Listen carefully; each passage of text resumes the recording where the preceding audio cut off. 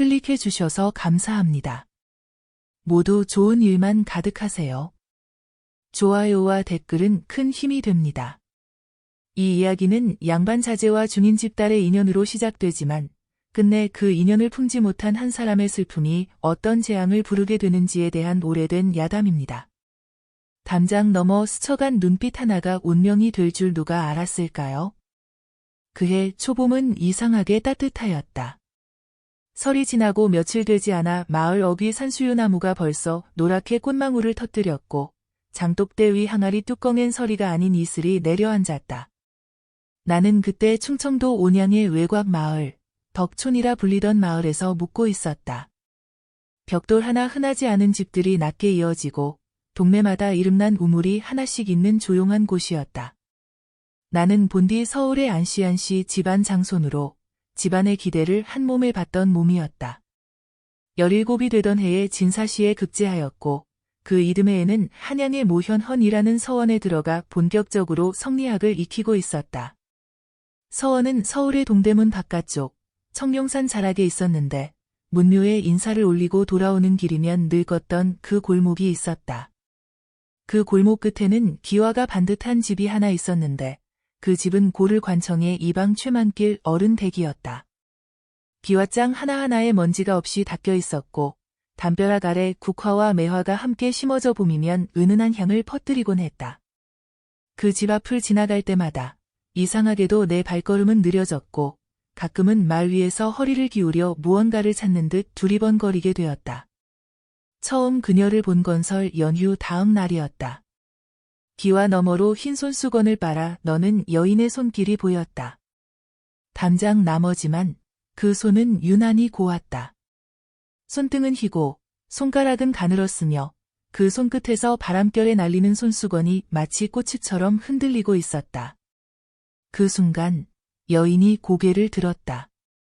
나와 그녀의 눈이 마주쳤다. 검은 눈동자가 순간 흔들렸고 나는 이유 없이 가슴이 뜨끔해졌다. 그 여인은 최기련이라 하였다. 최 이방의 외동딸이자 덕촌에서 소문난 교수였다. 얼굴이 예쁘기로도 이름났지만 그보다는 글 읽기를 좋아하고 바느질 솜씨가 좋으며 어르신께는 예를 다하고 동생들에게는 정이 깊다고 하여 더 많은 이들의 칭찬을 받고 있었다. 그녀에 대한 이야기는 종종 이웃 학동들의 입에서도 흘러나왔는데 최 이방댁 교수는 낮에는 바느질하고 밤에는 어머님께 불을 밝혀드린다지요라며 다들 혀를 찼다. 그런데 참 묘한 일이었다. 처음 눈이 마주친 날 이후로 나는 매번 그 집 앞을 지날 때면 이상하게도 그녀와 시선이 마주치게 되었다. 우연이라기엔 너무 자주였고 작정하고 피한다 해도 어쩐지 그 시간에 맞춰 그녀는 마루 끝에 앉아 있거나 담벼락 옆 국화를 손질하고 있었다. 어느 날은 마침 장터에 다녀오던 길이었다. 담장 옆 은행나무 아래 조용히 앉아있는 개편을 보았다.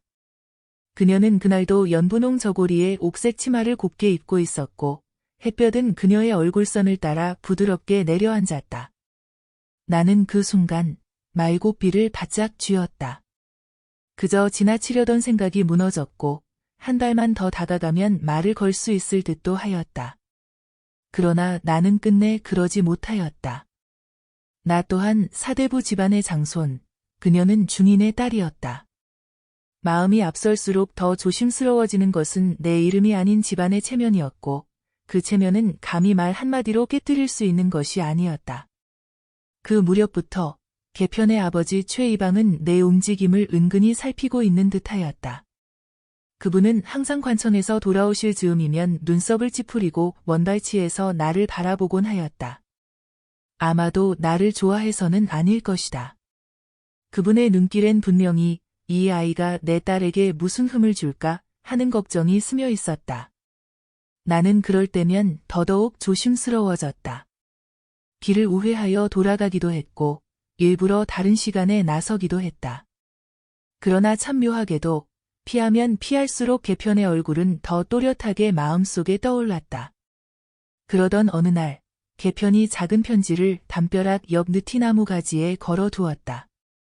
바람이 살랑 불면 종이 끝이 살짝 흔들리는 그것은 분명 나를 향한 것이었다. 나는 고민 끝에 편지를 풀어 읽었다. 5줄 남짓의 짧은 글이었다. 도련님, 꽃은 피었으나 바람은 불고 마음은 있으나 말은 없으니 어찌 이 한철을 허비할까? 바람결에 걸어둔 이 마음, 혹시 닥거든 지우지 마시옵소서. 나는 손이 떨렸다. 눈을 감아도 그 글권은 사라지지 않았다. 도포 자락 안에 조심스레 접어넣고는 돌아서려다 다시 한번 나무를 바라보았다. 마음 한편이 아릿해졌다. 그러나 나는 아무 대답도 하지 못한 채 발길을 돌렸다. 그날 밤 나는 잠을 이루지 못했다. 종이 한 장으로 전해진 진심이 내 안에 큰 울림을 주었다. 그러나 그 울림이 더 클수록 나는 내가 얼마나 무책임한 위치에 서 있는지를 깨달았다. 개편은 담장 안에서 내 그림자만으로도 마음을 키운 여인이었다. 그러나 나는 감히 손을 뻗을 수 없는 경계에 선 자였다. 밤이 깊어질수록 나의 갈등은 점점 짙어졌다. 그 밤 이후 나는 서원에도 나가지 못했다. 대신 느티나무 아래 그녀의 편지만 조용히 바라보다가 발걸음을 되돌리곤 했다. 다음 날이면 또 다른 편지가 나를 기다리고 있었다. 그녀의 손글씨는 점점 더 단호해졌고 점점 더 간절해졌다. 어느새 이 짧은 골목은 내가 도망칠 수 없는 마음의 길이 되어 있었다. 그때는 몰랐다. 그 편지를 거절하지 못하고 모르는 채 하던 나의 그날 선택이 결국 한 사람의 목숨을 앗아가고 내 삶 전체를 뒤흔들 거대한 파문이 될 줄은.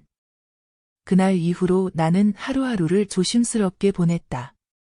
서원에 다녀올 때면 늘 느티나무가 있는 길을 일부러 피했고 만약 마을 장터에서 장꾼들이 모여 수군대는 소리가 들리기라도 하면 내가 괜한 말거리를 만든 건 아닌지 가슴부터 답답해졌다. 그러나 마음이 그렇다고 해서 발길이 정말 그 길을 잊을 수는 없었다. 나는 말머리를 돌리는 척하면서도 느티나무 너머 담장 끝을 곁눈질했고 편지를 걸던 가지가 텅 비어 있으면 어쩐지 헛헛한 마음이 들었다. 며칠 후 다시 그 느티나무 가지에 편지가 걸려 있었다. 마치 나를 기다리고 있었다는 듯 종이 끝은 바람결에 흔들리며 햇살을 반사했다. 나는 말 위에서 잠시 숨을 고르고 천천히 그 편지를 풀었다. 글씨는 여전히 단정했고 이번에는 첫 문장이 내 심장을 찌르듯 다가왔다. 도련님, 하루는 기다림이었고 하루는 설렘이었으며 또 하루는 절망이었습니다. 짧은 문장들이었지만 그 안에 담긴 마음은 너무도 명확했다.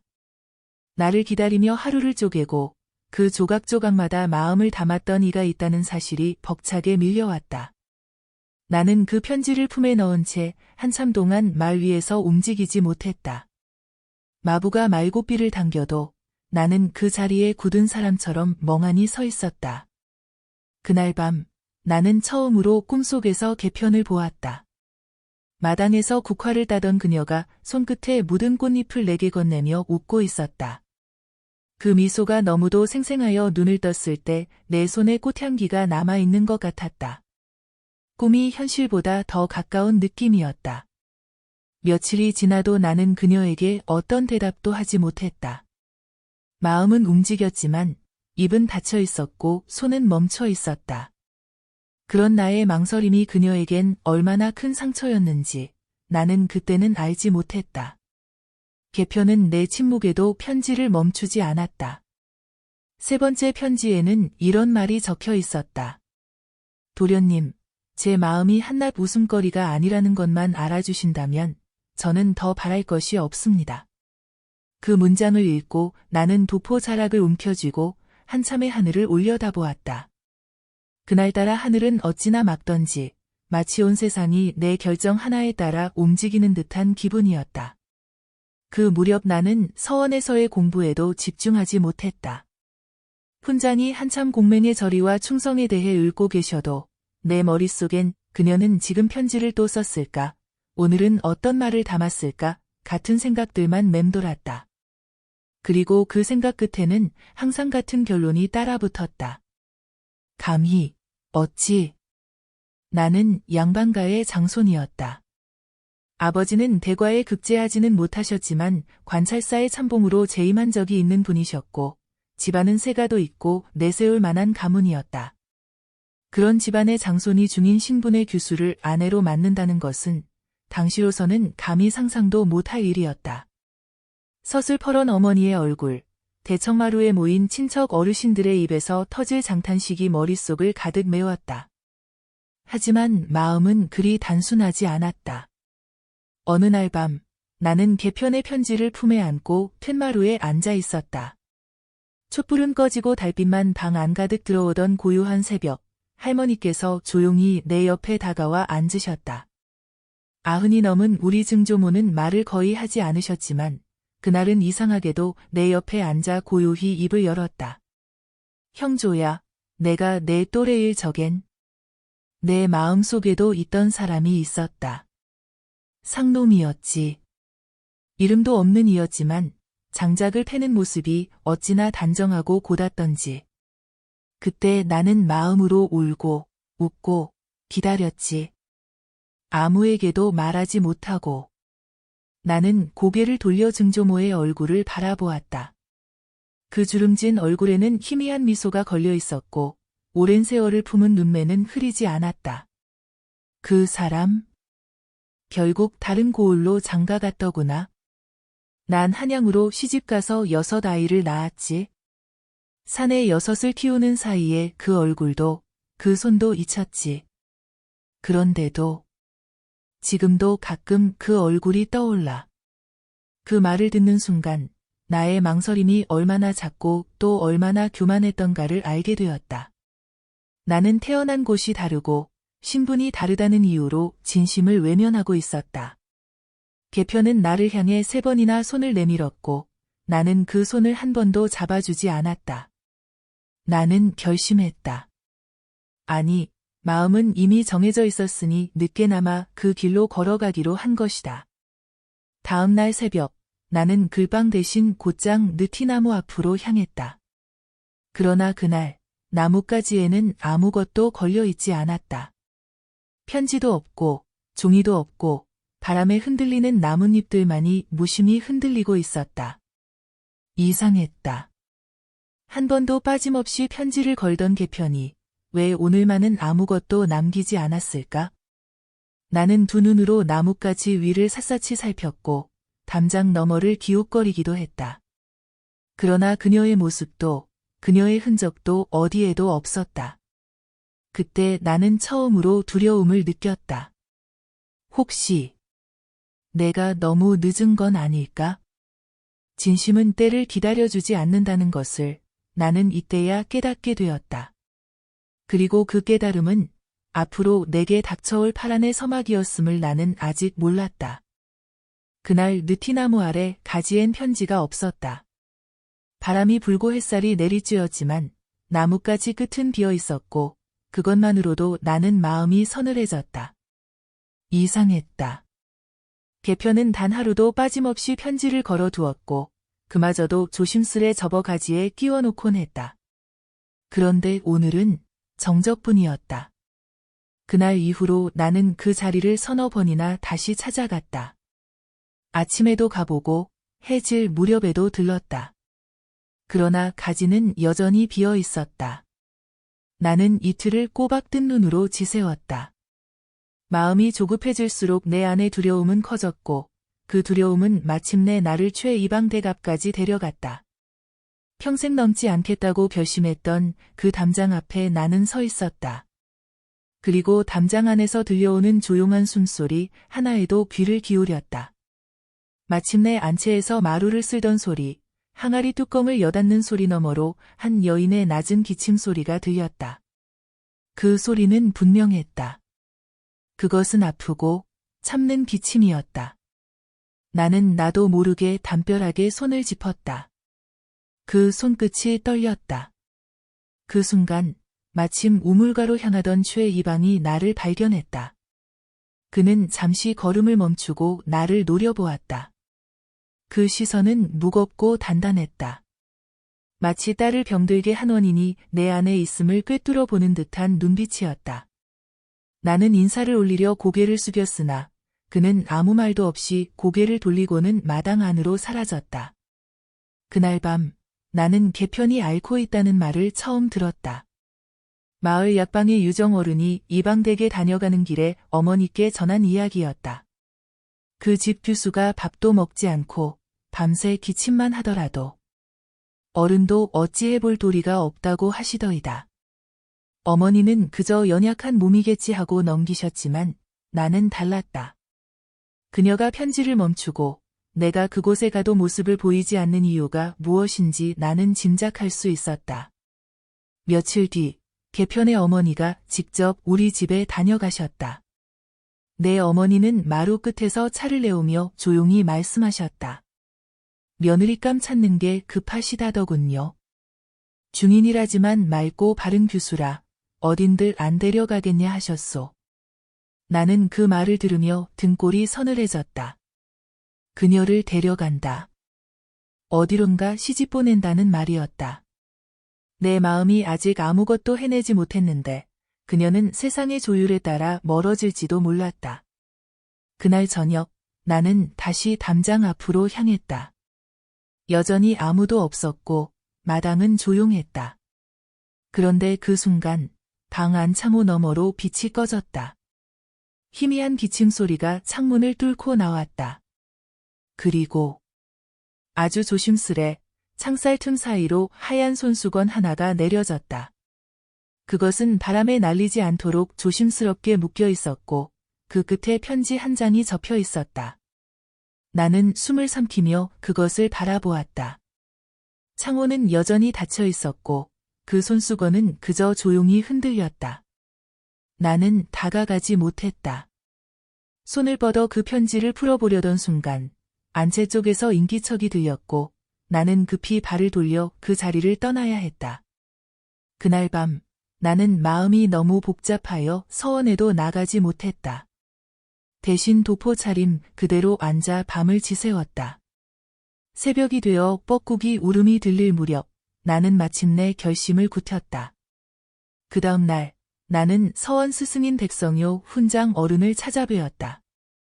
조용한 정자 앞 훈장은 붓을 내려놓고 나를 바라보셨다. 무슨 일이냐, 형조야. 나는 깊이 절을 올리고는 조심스럽게 입을 열었다. 사모하는 이가 있습니다. 신분이 낮아 감히 말도 못 꺼내었지만 그 아이가 병들었습니다. 훈장은 한참을 말없이 나를 보더니 이내 고개를 끄덕이셨다. 사람이 사람을 마음에 두는 것, 그것은 죄가 아니지. 다만 그 마음이 고든 길을 잃지 않아야 할 것이다. 너의 마음이 혼탁하지 않다면 그 아이의 병도 치유될 수 있을 것이다. 그 말씀에 나는 고개를 끄덕이며 다시 담장 앞으로 향했다. 이번엔 피하지 않았다. 개편의 아버지인 최 이방이 마당에 나와 있는 것을 보고 나는 담장 너머에서 큰 절을 올렸다. 소인, 안녕도 다 하옵니다. 감히 사죄를 드리옵니다. 그분은 잠시 눈을 감았다가 이내 묵묵히 대문을 열었다. 들어오너라. 그의 목소리는 낮고 굳세었지만 분명 허락이었다. 나는 두 손을 가슴 앞에 모은 채 안채 쪽으로 향했다. 그리고 마루 끝에 무릎을 꿇고 조용히 기다렸다. 잠시 후 방 안에서 개편의 어머니가 손수 그녀를 부축해 나왔다. 개편은 앉아있는 것조차 힘든 듯 고개를 숙이고 있었고 얼굴은 초여름 햇살보다 더 창백했다. 그러나 눈동자는 여전히 또렷했고 나를 보자마자 조용히 눈을 맞췄다. 나는 마루 끝에 앉아 조용히 말했다. 그대의 편지를 받았습니다. 부디 나를 용서해 주시오. 나의 침묵이 그대의 마음을 아프게 했습니다. 개편은 말없이 고개를 끄덕였고 그 눈가에 고인 눈물은 방울져 떨어졌다. 나는 맹세하지 않았다. 약속하지도 않았다. 다만 그날 나는 그 자리에 오래 앉아 있었고 그녀가 다시 숨을 고를 수 있을 때까지 마루를 떠나지 않았다. 어쩌면 그것이 내 마음의 처음이자 마지막 정직함이었다. 그날 이후 개편은 다시 편지를 걸지 않았다. 대신 나무 아래 작은 돌 하나를 놓아두었다. 그 위에는 단 한 글자만이 새겨져 있었다. 들었다. 나는 그 말을 마음속에 깊이 새겼다. 그리고 그게 시작될 줄로만 알았던 나날의 마지막 장면이 될 줄은 그때는 몰랐다. 개편과 마주한 그날 이후로 내 마음은 조금 가벼워진 듯했지만 그 가벼움이 오래 가지는 않았다. 나는 분명 내 진심을 내비쳤고 그녀 역시 눈물로 응답했지만 세상이 그 둘의 마음만으로 움직이는 것이 아니라는 것을 나는 누구보다 잘 알고 있었다. 개편의 아버지 최 이방 어른은 그날 대문을 열어주었지만 나를 향한 시선은 절대 따뜻하지 않았다. 그것은 허락이 아니라 병든 딸을 위해 잠시 열어준 문이었을 뿐이었다. 며칠 후 나는 다시 서원을 찾았다. 스승 백성효 훈장은 조용히 차를 따르며 물으셨다. 그 아이는 괜찮은가? 나는 머리를 숙이며 대답했다. 숨은 조금 고르게 쉬게 되었습니다. 다만 아직 누운 채 계십니다. 스승은 한참을 말없이 차를 음미하더니 이견에게 한 권의 책을 건네셨다. 그것은 춘추좌 시전이었다. 형조야, 내가 지금 마주한 일은 단지 연정이 아니다. 그 아이와의 일이 결국은 너의 평생을 지배하게 될 것이다. 책 속의 도리로도 그 감정을 끌 수 없다면 그땐 무엇으로 삶을 붙들겠느냐. 나는 그 말씀을 가슴에 새기며 집으로 돌아왔다. 그러나 문제는 다른 곳에서 터졌다. 어느 날 오후 어머니가 대청마루에 앉아 부른 목소리가 무거웠다. 형조야, 잠깐 이리 오너라. 나는 조심스레 마루로 올라가 어머니 앞에 앉았다. 그분은 종이를 하나 내보이셨다. 예서체로 또박또박 써내려간 혼사 청혼자이었다. 보내온 집안은 경기도 광주의 박진사 댁이었다. 박진사의 둘째 딸이 외모와 예절, 예법에 능하다는 말과 함께 우리 집안의 장손인 나와 혼인을 희망한다는 내용이었다. 나는 아무 말도 하지 못한 채 손을 무릎 위에 얹고 있었다. 어머니는 그 모습을 조용히 살피더니 말을 이으셨다. 이미 몇 해 전부터 이야기가 오가던 집안이다. 얘가 다 갖춰졌으니 이번 기회에 확실히 허락하려 한다. 그 말 속에 담긴 결정력은 단단했고 거기엔 내가 말릴 수 있는 틈이 없었다. 나는 한참을 말없이 있다가 마침내 입을 열었다. 어머님, 저는 이미 마음을 둔 이가 있습니다. 어머니는 내 말을 듣자 굳어졌다. 그게 누구냐? 나는 숨을 고르고 대답했다. 최 이방 댁 교수, 개편입니다. 그 순간 어머니의 눈빛은 싸늘하게 식었다. 형조야, 너도 알지 않느냐? 중인 집 교수와는 혼인할 수 없다. 아무리 그 아이가 정결하고 단아하다 하여도 사대부의 장손으로선 입에 올릴 일조차 안 된다. 나는 그 말을 듣고도 고개를 숙인 채 아무 대답을 하지 않았다. 그 침묵이 내 결심을 대변했다. 어머니는 손부채를 탁 내려놓고 일어섰다. 아비가 살아 계셨다면 매를 들었을 것이다. 그 아이를 마음에 둔 것은 어쩔 수 없다 치자. 그러나 혼사는 가문과의 연을 잇는 일이다. 사사로운 감정으로 감히 넘볼 일이 아니다. 그렇게 말하고 방으로 들어가 문을 닫았다. 그날 밤 나는 뜬 눈으로 밤을 지새웠다. 바람이 창호를 흔들고 멀리게 짖는 소리가 들려왔지만 내 마음은 정적 속에 묶여 있었다. 나는 새벽녘이 되어 조용히 집을 나섰다. 말없이 담장 문을 닫고 느티나무가 있는 길로 향했다. 그러나 나뭇가지엔 아무것도 없었고 그 자리에 놓였던 작은 돌 역시 사라졌었다. 나는 그 자리에 오래 서 있었다. 내 발밑에 흙이 차갑게 식어 있었고 봄이 끝나가고 있었다. 며칠 뒤 동네 약방의 유정 어른을 통해 새로운 소문을 듣게 되었다. 이방 어른이 규수를 멀리 청주의 원시 댁에 보내기로 했다고 하더이다. 아무래도 더는 마을 안에 두면 안 되겠다 하시더구먼. 나는 그 말을 듣고 가슴이 철렁 내려앉았다. 그녀가 마을을 떠난다니. 그것은 곧 이 인연이 뿌리째 뽑히는 일이었다. 나는 그 길로 곧장 최이방댁으로 향했다. 대문은 굳게 닫혀 있었고 노비가 문 앞을 지키고 있었다. 나는 굳은 표정으로 말했다. 도련님을 뵈러 온 것이오. 노비는 안을 향해 들어갔다가 이내 돌아왔다. 이방 어른께서 하실 말씀이 없으시답니다. 나는 다시 한 번 말했다. 부디 한 번만, 규수의 얼굴만이라도. 이 말이 마지막이 될 수도 있소. 그러나 노비는 담담하게 고개를 저었다. 나는 그날 밤 개편을 위해 준비했던 답장을 처음으로 꺼내 보았다. 그녀의 편지들 사이사이에 끼워 두었던 내 글, 마음을 털어놓지 못했던 그 글을 꺼내어 다시 읽었다. 내 필체는 망설임과 진심이 교차하듯 뒤섞여 있었고 그것이 더욱 마음을 아프게 했다. 계련, 당신의 편지를 받고도 오랫동안 아무 말도 하지 못했습니다. 두려웠습니다. 당신이 다치게 될까봐, 나도 망가질까봐, 우리가 모두 무너질까봐, 그러나 이제 알았습니다. 망설임이 가장 큰 죄였다는 것을.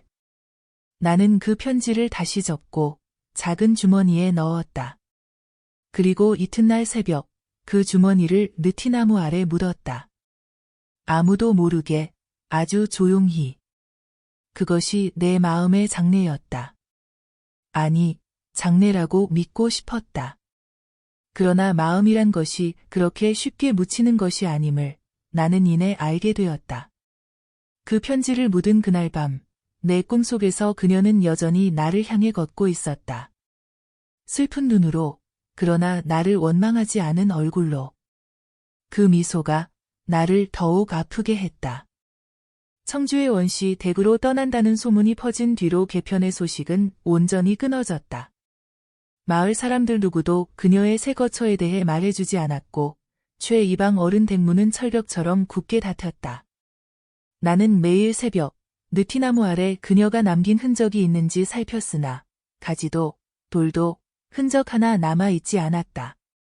그 자리에 서면 내 속에서는 한숨보다 더 무거운 허무만 맴돌았다. 집안은 여전히 혼사 준비에 분주했다. 어머니는 광주 박진사댁과 서신을 주고받으며 내 생일을 맞춰 길이를 잡았고 중매쟁이들이 들락거렸다. 마루 끝에 놓인 함지박 안엔 이미 색동 비단이 들어갔고 큰 방 안에는 홀레복을 만들기 위한 치수가 적힌 종이가 놓여 있었다. 나는 모든 것이 점점 정해지고 있다는 사실에 숨이 막혔다. 그러나 아무도 내 숨막힘에 관해 묻지 않았고 내가 대답할 자리는 주어지지 않았다. 그 무렵 나는 자주 마을 박봉화산 자락을 찾았다. 그곳에는 작은 정자가 하나 있었고 그 아래로는 야트막한 계곡물이 흐르고 있었다. 정자는 마을 어른들이 가끔 모여 시조를 읊고 차를 마시던 곳이었지만 한적한 날엔 나 홀로 그곳에 앉아 조용히 사색에 잠기곤 했다. 어느 날 이른 아침 안개가 산자락을 덮고 있던 때였다. 나는 평소보다 이른 시각에 정자로 향했다. 계곡물은 밤새 내린 비로 인해 조금 불어나 있었고 물살이 생각보다 거세게 흐르고 있었다. 나는 정자에 앉아 붓을 꺼내 무언가 써보려 했지만 손끝은 말라붙은 듯 움직이지 않았다. 그러다 문득 저 아래 개울가 큰 돌 위에 누군가 앉아있는 것을 보았다. 처음에는 착각인 줄 알았다. 하지만 이내 그 여인이 고개를 돌려 나를 바라보았고 나는 한순간 눈을 의심했다. 개편이었다. 분명히 그녀였다. 희게 질린 얼굴, 가녀린 손목, 하지만 예전처럼 반듯하게 따은 머리칼과 옥색 치마, 그것은 내가 기억하는 그녀 그대로였다. 나는 무작정 정자에서 내려가 개울가로 향했다. 돌 위에 앉은 그녀는 그 자리에 조용히 앉아 있었고 내 발소리에 고개를 숙였다.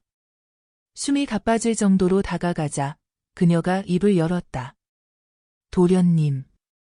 아니, 이젠 도련님이라 부를 수 없지요. 그 말에 나는 가슴이 덜컥 내려앉았다. 나는 고개를 저으며 말했다. 아니요, 여전히 그 이름이 내겐 가장 소중합니다. 그녀는 한참을 말없이 내 얼굴을 바라보았다.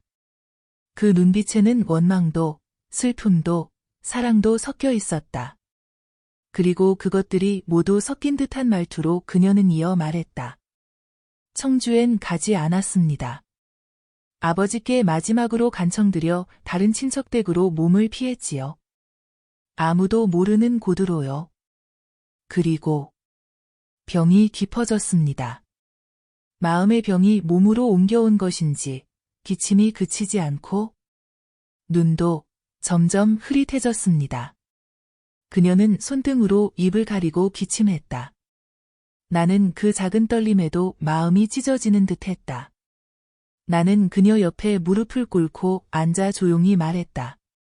내가 잘못했습니다. 내 망설임이, 내 침묵이 당신을 병들게 했습니다. 그러나 이 마음만은 단 한순간도 변한 적이 없습니다. 그녀는 나를 바라보며 아주 약한 미소를 지었다. 그 말씀, 이미 느티나무 아래에 남겨두셨지요. 저는 읽었습니다. 매일 밤 그 자리로 가서 돌을 다시 놓아두었습니다. 당신이 또 오실까 하여. 나는 그 말에 숨이 멎는 듯했다. 돌 하나가 사라졌다고 생각했던 날들. 알고 보니 그녀는 계속 그 돌을 다시 놓았던 것이었다. 우리가 서로를 밀어내고 있다고 믿었던 그 시간에도 그녀는 나를 기다리고 있었다. 그러나 그 기쁨은 오래가지 않았다. 그녀는 갑자기 기침을 거세게 하더니 얼굴을 찡그렸다. 나는 급히 그녀의 등을 다독였고 그녀는 수건을 꺼내 입을 가렸다. 그 수건을 내려놓는 순간 그 끝에 선홍빛 얼룩이 번져 있었다. 나는 그 피를 보는 순간 모든 말을 잃었다. 그녀는 그저 조용히 웃으며 말했다. 이제 오래 가지는 못할 것입니다. 의관들도 손을 놓았다고 하셨습니다. 그래도 오늘 도련님을 다시 보았으니 저는 충분합니다. 나는 말없이 그녀의 손을 잡았다. 그 손은 얼음처럼 차가웠다. 나는 그 손을 꼭 쥐고 조용히 속삭였다. 가을이 오기 전에 내가 당신을 데려가겠습니다. 아무도 모르게, 누구도 막을 수 없는 곳으로. 둘만의 집을 짓고 매일 당신에게 글을 읽어드릴 것입니다. 그녀는 고개를 젓지 않았다. 다만 미소 지으며 내 손을 감싸 쥐었다. 계곡의 물소리가 귓가를 맴돌았고 먼 산 너머로 햇살이 조금씩 내려오기 위해 시작했다. 그날이 지나고 나는 매일 그 정자로 향했다. 그녀는 여전히 그 돌 위에 앉아 있었고 우리는 말없이 서로를 바라보았다. 때로는 차를 나누었고 때로는 예시조를 읊으며 서로의 기척을 느꼈다. 그것이 짧고도 긴 기적의 나날이었다. 아무도 몰랐고 누구에게도 말하지 않은 우리의 시간이었다. 하지만 그 평온함이 오래 가지 않으리라는 것은 둘 다 알고 있었다. 그리고 진짜 겨울이 오기 전 우리는 가장 큰 결심을 하게 된다. 그녀와 나, 단둘만의 시간이 조용히 흐르고 있었다. 봉화산 자락의 정자와 계곡은 세상으로부터 멀리 떨어진 곳이었고 아무도 우리를 찾아오지 않았다. 그 계절의 하루하루는 마치 허락받지 못한 꿈 같았다. 나는 매일 새벽달이 울기 전 집을 나섰고 개편은 이미 먼저 나와 돌 위에 앉아 나를 기다리고 있었다. 말은 많지 않았지만 말보다 더 깊은 온기가 정자에 맴돌았다. 그러던 어느 날 뜻밖의 일이 벌어졌다. 그날도 나는 정자에 앉아 조용히 붓을 놀리며 단가를 쓰고 있었다.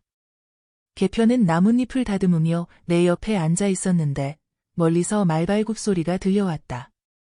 처음에는 그냥 지나가는 장사치려니 했지만 그 소리가 정자를 향해 가까워지고 있음을 알아챘을 땐 이미 늦어 있었다. 말 위에는 중년 사내가 타고 있었다. 짙은 회색 도포의 검은 갓을 쓴 그 사내는 마을의 향리이자 아버지의 친구로 알려진 한 채수 어른이었다. 그는 나를 보자 말에서 내려 천천히 정자로 올라왔다. 나와 개편은 무릎을 꿇고 인사를 올렸으나 그의 표정은 싸늘하였다. 형조야, 내가 요즘 글방에 나서지 않는 이유가 이것이었구나. 나는 아무 대답도 할 수 없었다. 내 입에서 무슨 말이 나와도 그것은 핑계가 될 뿐이었다. 그는 개편을 조용히 보더니 다시 나를 바라보며 단호하게 말했다. 이 일, 이제는 집안 어른들 귀에도 들어갔다. 광주 박진사댁 혼사가 미뤄지고 있다는 말에 다들 눈치를 챘다. 더는 숨길 수 없는 일이 되었지. 그 말은 곧 내가 곧 불려갈 것이며 더 이상 개편과 이곳에서 마주할 수 없다는 뜻이었다. 나는 무릎을 깊이 꿇고 고개를 숙인 채 입을 열었다. 어르신, 이 일은 모두 제 탓입니다. 계면 아씨는 단 한 번도 저를 먼저 부른 적도 따라온 적도 없습니다. 제 마음이 커져 그리 된 것입니다. 한채수 어른은 한참을 말없이 내 어깨를 내려다보았다. 그리고 천천히 말을 이었다. 사람이 사람을 좋아하는 일은 죄가 아니지. 하지만 사대부 자제에게 주어진 길은 혼자의 것이 아니다.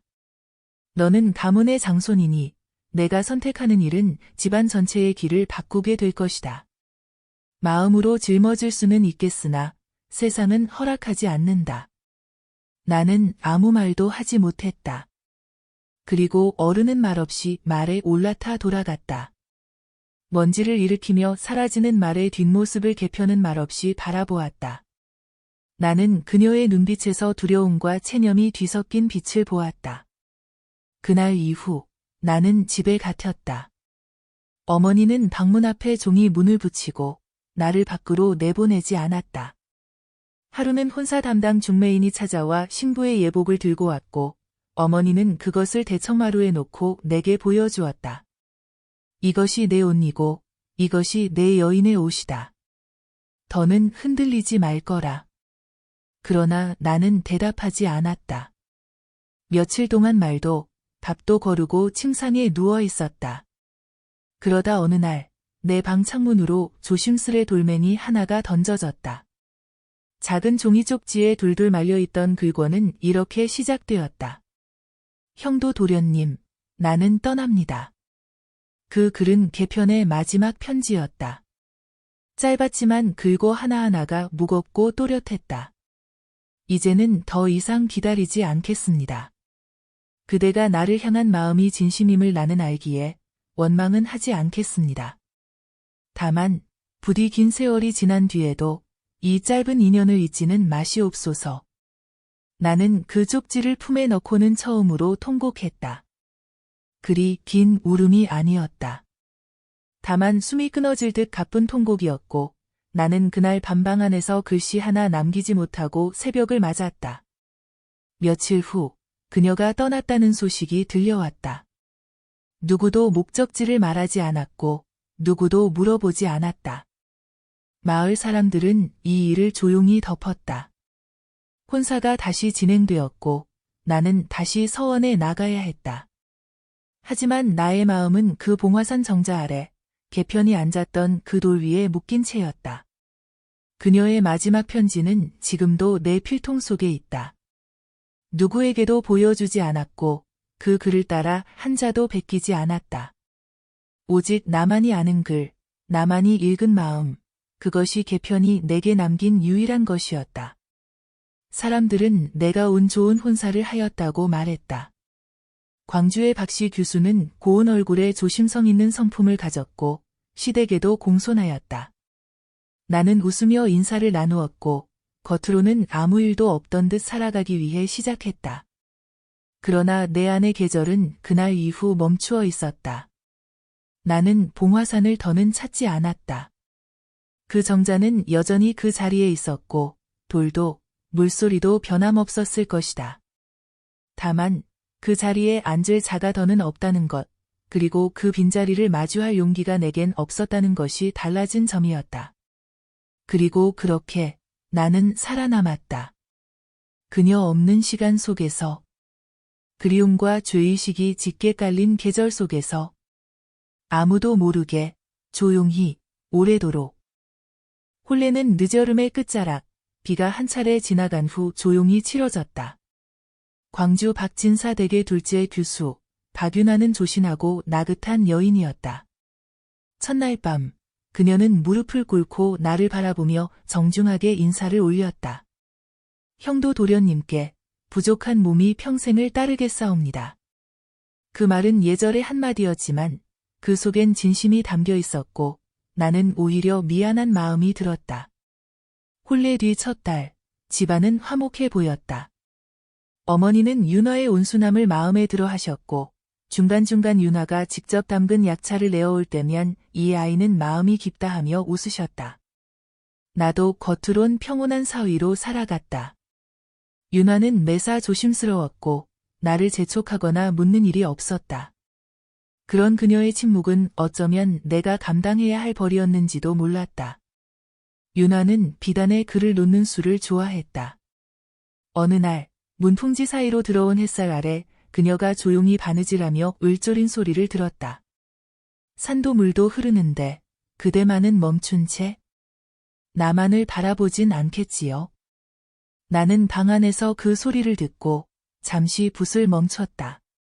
그녀가 읊은 그 구절은 어디서 들은 듯한 가락이었고 그 속에 담긴 체념과 애달픔은 어딘가 내 마음의 저편과 닮아 있었다. 어느 날 밤 나는 도포 차림 그대로 바람을 쐬고자 밖으로 나왔다. 마당 끝 담벼락 아래 자그마한 매화나무가 서 있었다. 그 나무는 원래 내 어머니가 심은 것이었지만 윤화가 매일 물을 주며 가꾼 탓인지 요즘 들어 유난히 잎이 푸르렀다. 그 매화나무 아래 윤화가 혼자 앉아 있었다. 손에는 찻잔을 들고 있었고 시선은 하늘로 향해 있었다. 이 밤에 춥진 않소? 내가 조용히 물었다. 윤화는 고개를 돌리지 않고 말했다.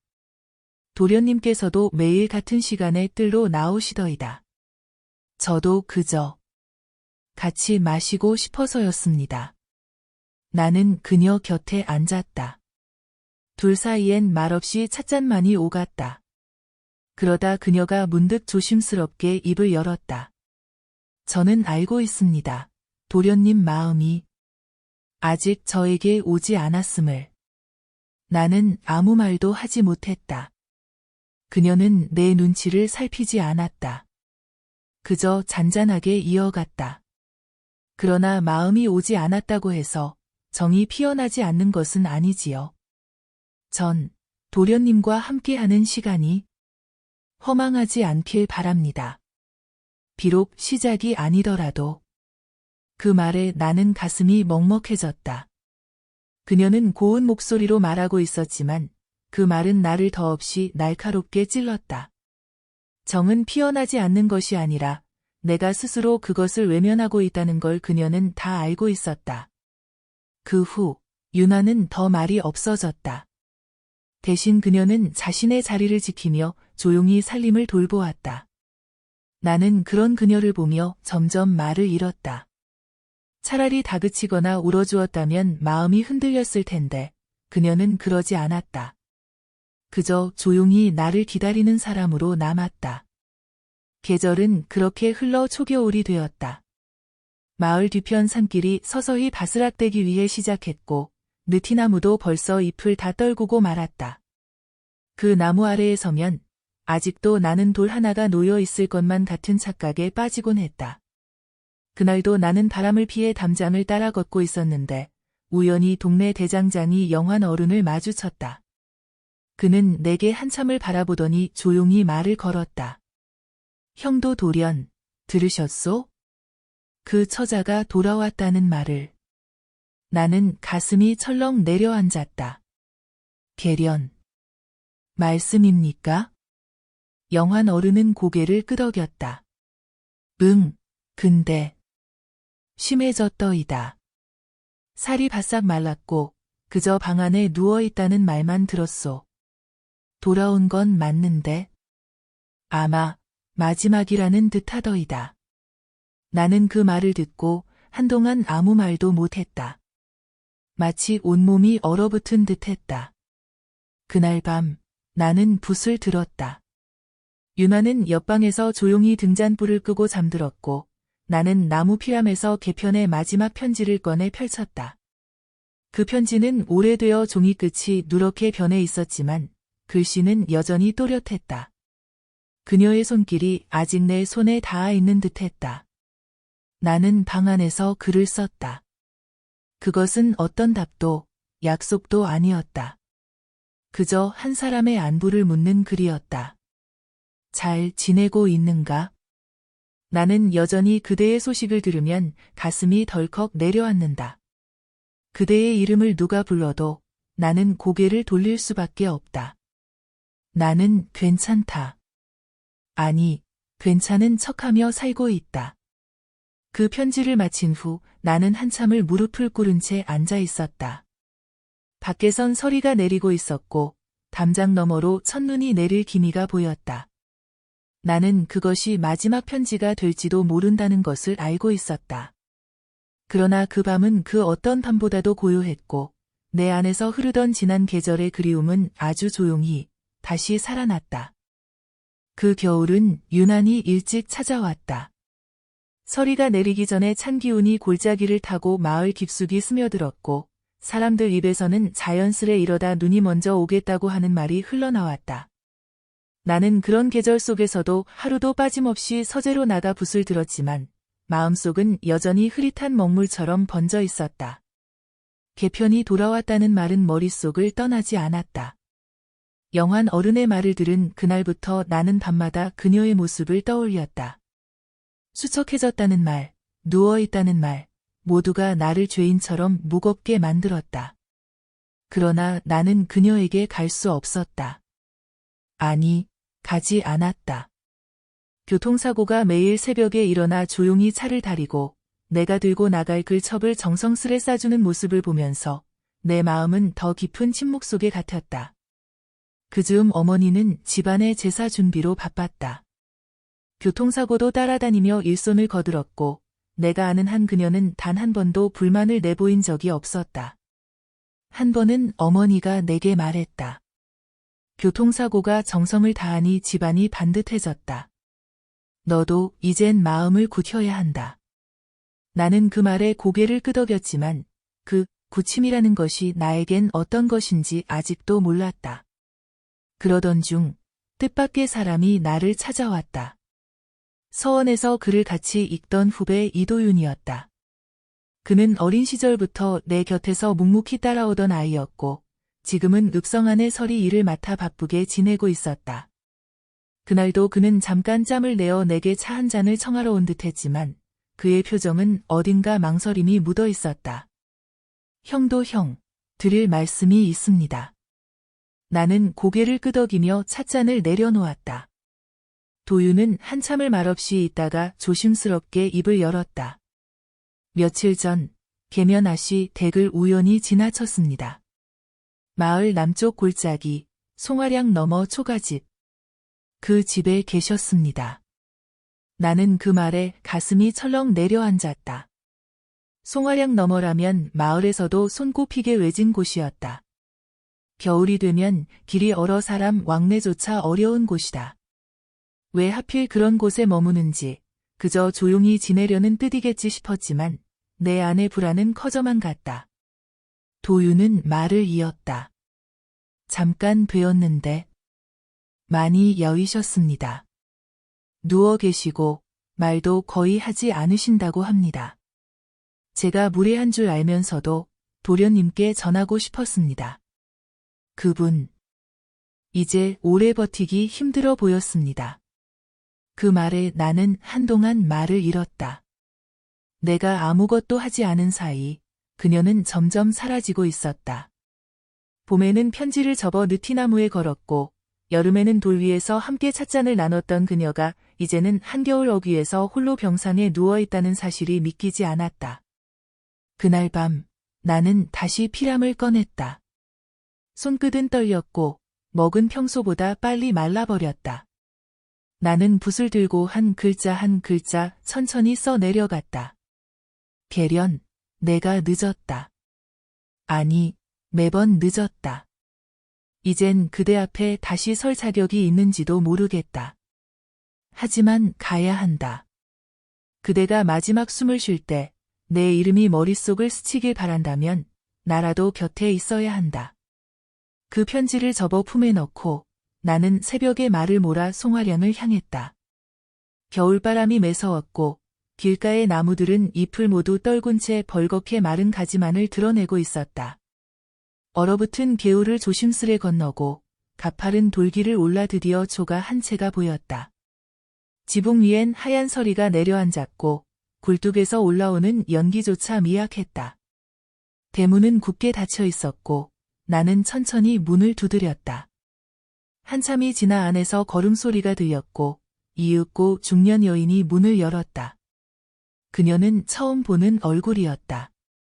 어디서 오셨소이까? 계면 아씨를 뵈러 왔습니다. 안녕도 다 합니다. 그 말에 여인의 표정이 잠시 바뀌었다. 그는 조용히 문을 열며 말했다. 조용히 들어오십시오. 오늘은 기력이 조금 드는 듯하여 창가에 누워 계십니다. 나는 마당을 지나 안채로 들어섰다. 작은 방, 햇살이 비스듬히 들어오는 창가, 그리고 그 아래 누운 개편이 있었다.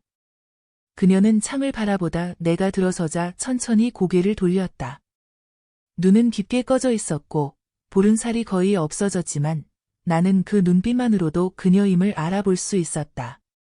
나는 조용히 무릎을 꿇고 그녀 앞에 앉았다. 그녀는 힘겹게 미소 지으며 말했다. 도련님. 오셨군요. 그 말이 끝나자 눈가에 맺힌 눈물이 한 줄기 흘렀다. 나는 말없이 그 손을 잡았다. 너무나 가볍고 너무나 차가운 손, 그 손에 내 온기를 조금이라도 나눠주려는 듯 나는 오래도록 놓지 않았다. 그 방 안에는 오직 바람소리와 숨소리만이 흘렀다. 그리고 나는 내 인생에서 가장 무거운 침묵을 그 방 안에서 배웠다. 그것은 용서도 애정도 아닌 그저 함께 있다는 사실만으로 깊게 퍼지는 어쩌면 마지막의 온기였다. 개편을 다시 만난 그날 이후 나는 하루 2번 송화량 넘어 초가집을 찾았다. 새벽 해가 산등성이를 넘기기 전과 다리소복이 앉을 무렵이었다.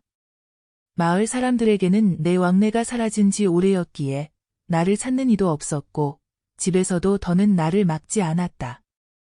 어머니와 교통사고는 내가 더는 부정할 수 없는 결심 속에 살고 있다는 것을 느낀 듯 조용히 받아들였다. 말이 없다는 것은 때론 가장 깊은 허락이 되기도 했다. 개편은 여전히 앉지도 서지도 못했다. 숨은 고르기 힘들었고 말끝은 자주 흐려졌다. 그러나 그녀는 매번 나를 보면 미소 지으려 했었고 그 미소는 마치 봄날 한 줄기 햇살처럼 방 안을 따뜻하게 물들였다. 나는 그녀의 이마를 자주 닦아주었고 손등이 시글세라 내 손으로 덮어주었다. 그럴 때마다 그녀는 나직이 말했다. 이 손길을 느낄 수 있어서 다행이에요. 하루는 눈이 내렸다. 이른 아침부터 펄펄 흩날리던 눈은 낮이 되자 송화량 일대의 산길을 온통 덮어버렸다. 집을 나오며 어머니께서 겉옷을 한 겹 더 챙겨주셨고 교통사고는 작은 보자기에 말린 귤 2알을 내 손에 쥐어주었다. 춥습니다. 길이 미끄러우니 조심하십시오.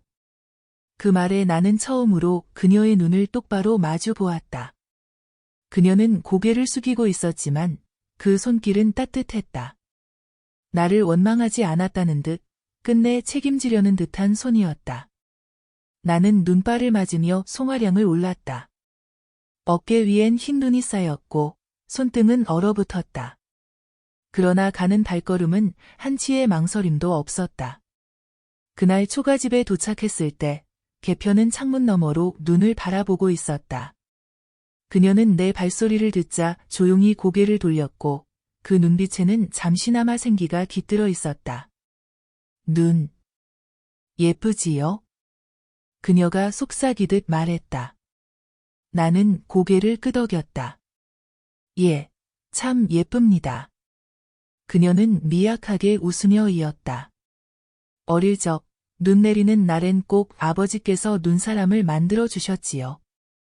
마당가에 돌을 올려놓고 눈으로 뭉쳐 얼굴을 만들면 그 아래서 소원도 빌고 손도 녹이고 그렇게 겨울이 참 좋았는데 지금은 춥네요. 나는 그녀의 말끝에 잠시 목이 메었다. 그녀가 말한 겨울의 기억은 따뜻하고 순수했지만 지금 그녀는 더는 그것을 견딜 수 없을 만큼 지쳐 있었다. 나는 품속에서 교통사고가 쥐어준 귤을 꺼내 그녀의 손에 올려놓았다. 이거 교통사고가 건넸습니다. 추울까 봐요. 개편은 놀란 듯 나를 바라보았다. 교통사고. 부인이 나를 위해. 나는 고개를 끄덕였다. 그녀는 말은 없지만 많은 것을 압니다. 나의 어리석음도 그대의 고통도. 그녀는 조용히 자신을 덜어내는 사람입니다. 개편은 한참 동안 귤을 손에 쥔 채 말이 없었다. 그러다 이내 작은 목소리로 말했다. 그분께 고맙다고 전해주세요.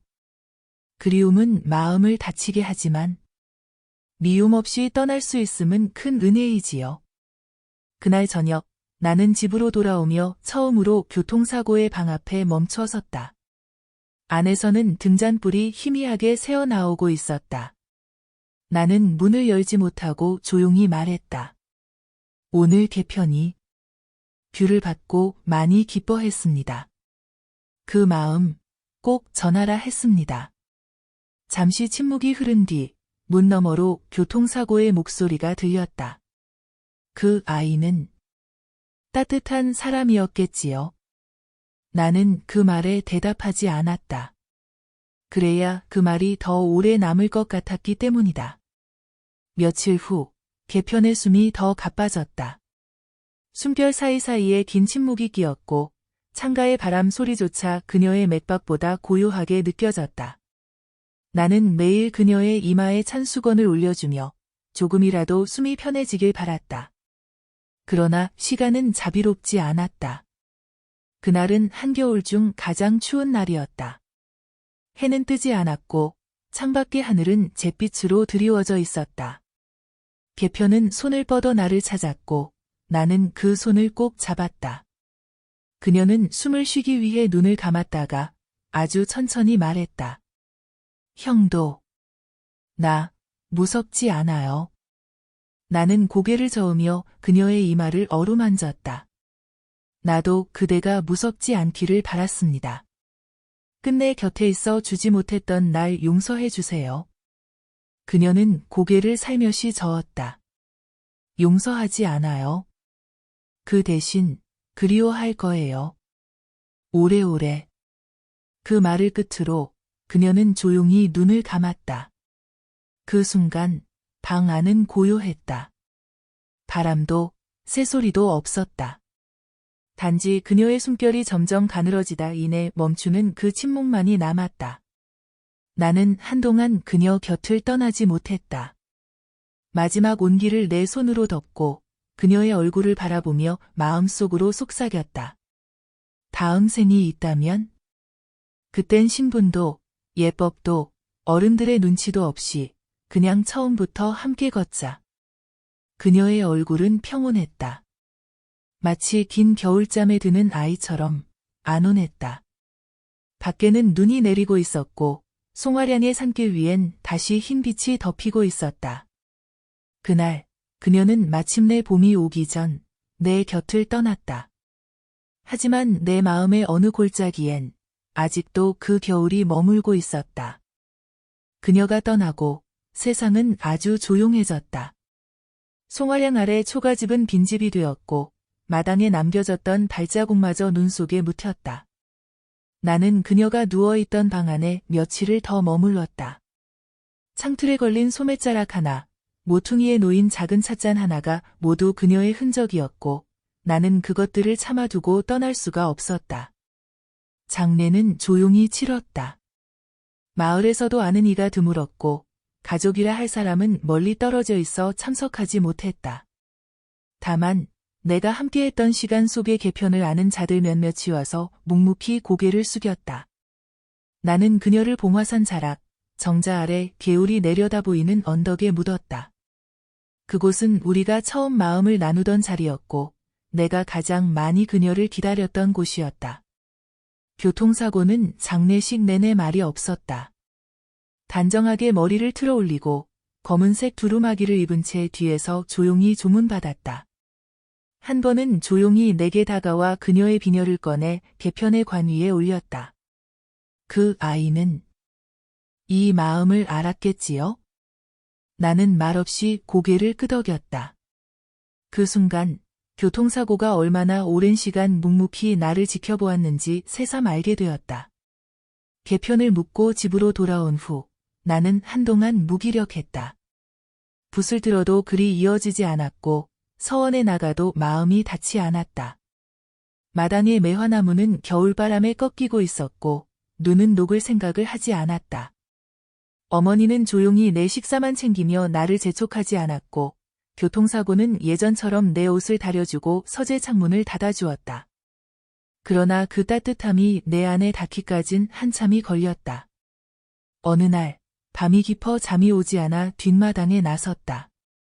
마침 달빛이 눈 위에 내려앉아 마당을 희미하게 비추고 있었고 매화나무 가지 끝엔 언매화 봉우리가 하나 맺혀 있었다. 그 아래 교통사고가 서 있었다.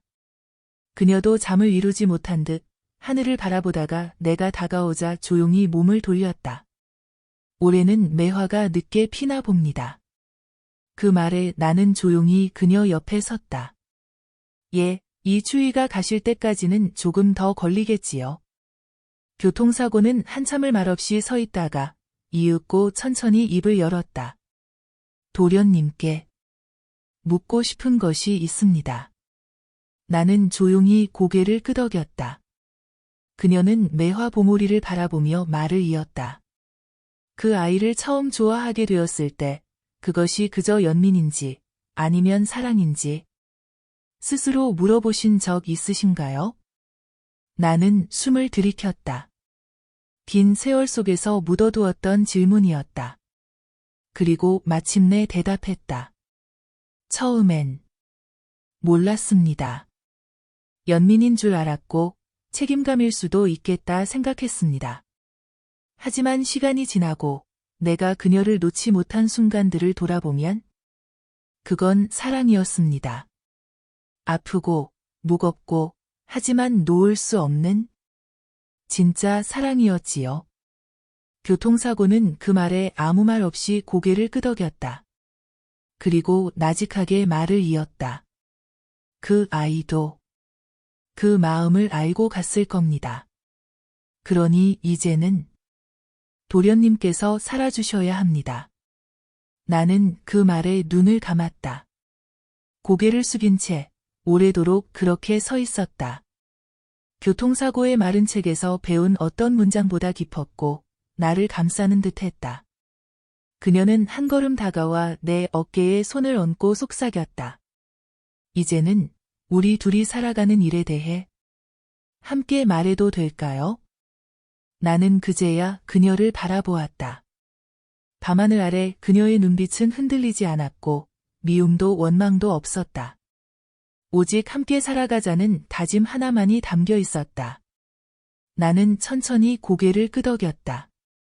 며칠 뒤 나는 붓을 들었다. 다시 글이 이어지기 위해 시작했다.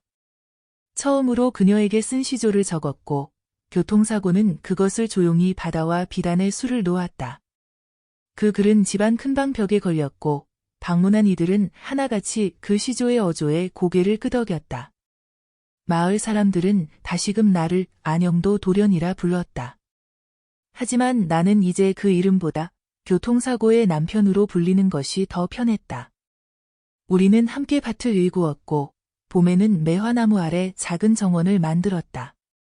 거기엔 개편을 위한 작은 비석도 놓여 있었다. 바람이 불면 비석 아래 풀들이 흔들렸고 나는 그 소리에서 그녀의 숨결을 느꼈다. 이제 나는 안다. 한 사람을 보내는 일은 끝이 아니라는 것을. 남은 자가 그 이름을 기억하고 그 삶을 반추하며 살아가는 것이야말로 진정한 이별이라는 것을. 그리고 그런 길 위에서 내 곁에 조용히 함께 걷는 사람이 있다는 것이 얼마나 큰 복인지도. 봄은 어김없이 찾아오고 매화는 다시 피었다. 그리고 나도 다시 사람답게 살아가게 되었다. 개편은 떠났지만 그 이름은 여전히 내 안에 살아있고 교통사고는 묵묵히 그 자리를 지켜주었다. 그렇게 모든 것이 조금씩 제자리로 돌아오기 위해 시작했다. 그해 여름은 예년보다 비가 잦았다. 장마가 길어지면서 봉화산 기슭은 이른 새벽부터 안개로 가득 찼고 낮에도 햇볕이 드문 날이 이어졌다. 마당에 심어둔 채소들은 물기를 머금고 무성하게 자랐으며 매화나무 아래 작은 정원에는 이름 모를 풀들이 슬그머니 자리를 잡고 있었다. 나는 교통사고와 함께 그런 풍경 속에서 조용히 살아가고 있었다. 교통사고는 여전히 나보다 먼저 하루를 시작했다. 새벽이면 쌀을 씻고 장독대를 둘러보며 장마들 살폈고 나를 위해 따뜻한 찬물을 준비해 놓았다. 내가 서재에 앉아 붓을 드는 시간에는 조용히 시를 감거나 비단에 술을 놓았다. 그녀는 말이 많지 않았지만 그 침묵 속에는 깊은 온기가 있었다. 나는 그런 그녀의 존재에 조금씩 안정을 느끼기 위해 시작했다. 하루는 어머니께서 조용히 나를 부르셨다. 부엌 뒤편 작은 찻방에서였는데 교통사고는 우리를 위해 차를 준비해 준 뒤 조용히 자리를 비켰다. 어머니는 찻잔을 손에 들고 한참을 말없이 계시다가 천천히 입을 여셨다. 너도 이제 나이가 적지 않다. 슬슬 종가의 일들을 맡아야 할 때가 왔다. 큰 제사며 토지 관리며 혼사 중매도 내 손이 필요하다. 나는 그 말에 고개를 숙였다. 사실 어릴 적부터 나는 그런 일을 물려받게 되리라는 걸 알고 있었지만 대련과의 일이 있고 난 뒤 나는 그 모든 걸 피하고만 싶었다. 그러나 시간이 흘러나도 더는 그 자리를 외면할 수 없다는 것을 느끼고 있었다. 어머니는 내 얼굴을 한참 바라보시더니 조용히 웃으며 말씀하셨다. 교통사고는 참 기특한 아이다. 어미 된 내가 봐도 저런 며느리는 흔치 않다.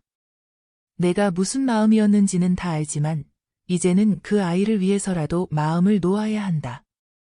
나는 그 말에 대답 대신 고개를 끄덕였다. 어머니의 말은 꾸짖음이 아니라 권유였고 나는 그 권유가 내 마음을 조금씩 풀어주는 걸 느꼈다. 며칠 후 나는 윤화에게 함께 들길을 걷자고 청했다. 그녀는 놀란 눈으로 나를 바라보았지만 이내 조용히 고개를 끄덕였다.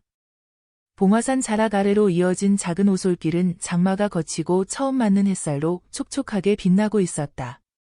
길가에는 들국화 몇 송이가 피어 있었고 먼 곳에서 뻐꾸기 소리가 희미하게 들려왔다. 나는 한참을 말없이 걷다가 조심스럽게 말을 꺼냈다. 윤화, 그동안 나를 기다리느라 몸이 참 고단했을 겁니다. 그녀는 내 말에 놀란 듯 고개를 들었다. 그러나 이내 눈을 떨구며 말했다. 기다림이란 누군가에게는 슬픔일 수 있지만 저에겐 희망이었습니다. 도련님이 언젠가는 제 마음을 알아주실 거라는 아주 작은 희망이요. 나는 걸음을 멈추고 그녀를 바라보았다.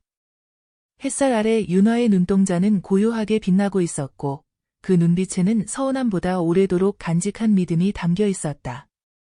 나는 그 앞에서 더 이상 숨을 수 없었다. 이제 나도 그 마음을 알고 있습니다. 늦었지만 진심으로 함께하고 싶습니다. 남은 삶을 함께 채워가고 싶습니다. 윤화는 아무 말 없이 웃었다. 그 미소는 처음 보는 것이었고 나는 그 순간 내가 다시 살아가고 있음을 느꼈다. 그날 이후 나는 종가의 일들을 본격적으로 맡기 시작했다. 마을 사람들은 하나둘 나를 찾아와 논문하며 가족사 문제를 상담했고 나는 조용히 그들을 돕고 조정해 나갔다. 윤화는 나를 도우며 살림을 정리했고 우리 부부는 점점 더 사람들 속에서 한 집으로 불리기 위해 시작했다. 가을이 찾아오자 매화나무 아래에 작은 평상을 놓고 그 위에 엿기름을 말렸다. 그것은 곧장 가양주를 빚기 위한 준비였다. 집안에서는 해마다 조선식 약주를 내렸고 그 전통을 윤화가 이어가겠다는 뜻이었다. 나는 그녀가 술독을 닦는 모습을 보며 물었다. 그렇게까지 정성을 다하지 않아도 됩니다. 어르신들께서도 그저 상징처럼 여기시는 일인데요. 그녀는 웃으며 대답했다. 그래도 이 집안의 며느리로서 제가 해야 할 일이니 다 하고 싶어요. 도련님이 돌아와 주셨으니까 저도 제 자리를 지켜야겠지요. 그 말에 나는 가슴이 뭉클해졌다. 그녀는 내가 주지 못했던 사랑의 자리를 혼자서도 충분히 채워나가고 있었고, 나는 이제야 그 안에서 함께 살아갈 준비가 되어 있었다. 가을바람이 불어오던 어느 날, 나는 봉화산 정자에 다시 올라갔다. 개편과 처음 마주 앉았던 그 자리에 오래도록 앉아 있었다. 바람은 차가웠지만 마음속엔 이상하게도 평온함이 감돌았다. 나는 조용히 눈을 감고 마음속으로 그녀의 이름을 불렀다. 그리고 이렇게 말했다. 계련, 나는 살아가고 있습니다. 당신이 떠나고 남긴 슬픔 위에 누군가의 따뜻한 손길이 머물러 주었습니다. 그 온기를 따라 나도 조금씩 걸어가고 있어요. 부디 그곳에서는 아프지 않기를. 눈을 뜨니 붉은 단풍잎 하나가 정자 마루에 떨어져 있었다. 그것을 조심스레 손에 쥐고 나는 천천히 자리에서 일어났다. 이제는 그리움이 나를 짓누르기보다 나를 이끌어주는 바람이 되어 있었다. 그리고 그 바람 속에서 나는 더는 혼자가 아니었다. 늦가을이 깊어져 가던 어느 날, 집안 마당을 청소하던 교통사고가 작고 낡은 나무 상자를 하나 발견했다. 오래된 담쟁이 덩굴 아래 숨겨져 있던 그것은 모서리가 닳아 있었고, 겉면은 바랜 자주색 천으로 덮여 있었다. 그녀는 그것을 조심스레 닦아낸 뒤 내게 건넸다. 나는 상자를 받아들고 서재로 들어갔다. 뚜껑을 여는 순간 먼지가 피어올랐고 그 속엔 오래전 나와 개편이 주고받았던 편지들과 자그마한 비단 조각들이 고이 접혀 있었다. 그 안엔 내가 잊고 지냈던 시간이 고스란히 담겨 있었다. 개편이 남겼던 시조 한 수, 산길에서 주운 작은 조약돌에 10개 새겨진 글고, 그리고 그녀의 손글씨로 정성스레 묶은 머리끈 하나. 나는 그것들을 바라보다 무심코 손끝에 힘이 들어갔다. 심장이 조용히 울리고 있었다. 나는 오래도록 상자를 닫지 못했다. 그러나 예전과는 달랐다. 아프지 않았다. 그 시절은 이제 내게 상처가 아니라 기억이었고, 나는 그것들을 조금은 따뜻한 눈으로 바라볼 수 있게 되어 있었다. 그날 밤, 교통사고는 조용히 내 옆에 앉았다. 내 손엔 여전히 비단 조각이 들려 있었고, 그녀는 그 조각을 슬며시 내려다보다가 말했다. 그 아이의 손길이 아주 섬세했네요. 바느질 끝이 흐트러짐이 없어요. 나는 조용히 고개를 끄덕였다. 교통사고의 말 속엔 질투도 서운함도 없었다. 오히려 그녀는 지나간 인연에 대해 오래된 소설을 읽듯 조심스럽게 다가서고 있었다. 나는 그런 그녀의 넓은 품에 감사한 마음이 들었다. 그래서 나는 비로소 입을 열 수 있었다. 개편은 무언가를 남기려 애쓴 사람이었습니다. 나에게든 세상이든. 그녀는 살아남기보다 기억되기를 원했던 사람이었지요. 교통사고는 조용히 내 손을 덮었다. 도련님께서 그 기억 약속을 지키고 계시니 그 아이는 이미 남은 것입니다. 그 말이 어찌나 따뜻하던지 나는 그 순간 비로소 하나의 계절이 끝났음을 알았다. 며칠 후 교통사고는 갑자기 서당 훈장댁의 작은 손자를 데리고 집으로 들어왔다. 그 아이는 9살, 이름은 세웅이었다. 훈장댁이 며칠간 자리를 비우게 되어 아이를 봐달라는 부탁을 받았다고 했다. 나는 아이와 함께하는 게 낯설었지만 교통사고는 놀랍도록 자연스럽게 세운을 맞이했고 그와 함께 부엌에서 엿기름을 갈기도 하고 마당에서 소립을 줍기도 했다. 그날 저녁 세훈은 내 서재 문을 조심스레 열고 들어왔다. 눈동자는 호기심으로 반짝였고 손엔 내가 며칠 전 꺼낸 십조첩이 들려 있었다. 도련님, 이건 무슨 글이에요? 나는 그 아이를 옆에 앉히고 십조첩을 펼쳐 보이며 하나하나 설명해 주었다. 한 글자, 한 구절을 설명할 때마다 세우는 고개를 끄덕이며 받아들였고 나는 오랜만에 누군가에게 내 마음속 이야기를 건네는 기분을 느꼈다. 그러자 문득 이런 생각이 들었다. 내가 이어야 할 것은 기억만이 아니라 사람이어야 한다는 것. 그날 밤 윤화에게 조심스레 말을 꺼냈다. 세웅이를 이 집에서 좀 더 데리고 있으면 어떻겠소? 윤화는 놀라지 않고 고개를 끄덕였다. 저도 같은 생각이었어요. 저 아이가 우리 집에 들어와 있으면 이 집이 더 살아 숨 쉬는 것 같아요. 그 말에 나는 가슴이 따뜻해졌다. 이후 우리는 훈장댁과 상의하여 세웅을 이 집에 더 오래 머물게 하기로 했다. 물론 정식 양자로 삼는다는 말은 아니었지만 아이는 자연스레 우리 곁에서 하루하루를 지내기 위해 시작했다. 세웅은 놀랍도록 빠르게 우리 집에 적응했다. 매일 아침 나와 함께 서재에 앉아 붓을 잡고 윤화와 함께 엿기름을 다듬고 마당의 닭장에 먹이를 주었다. 때로는 봉화산 아래 개울까지 함께 걸으며 돌을 주워 글궐을 새기기도 했다. 그런 그의 모습은 마치 잃었던 시간의 한 조각이 다시 돌아온 듯했다. 윤화는 아이의 옷을 직접 지어 입혔고 나는 그에게 한자 하나하나를 가르쳤다. 아이는 잘 배우고 잘 웃고 잘 울었다. 나는 그 순수한 울음과 웃음 속에서 어릴 적 대련과의 추억도 윤화와 함께한 지난 시간도 다시금 떠올릴 수 있었다. 어느 날 세웅이 내게 물었다. 도련님, 저도 나중에 어른이 되면 누군가에게 기억되는 사람이 될 수 있을까요?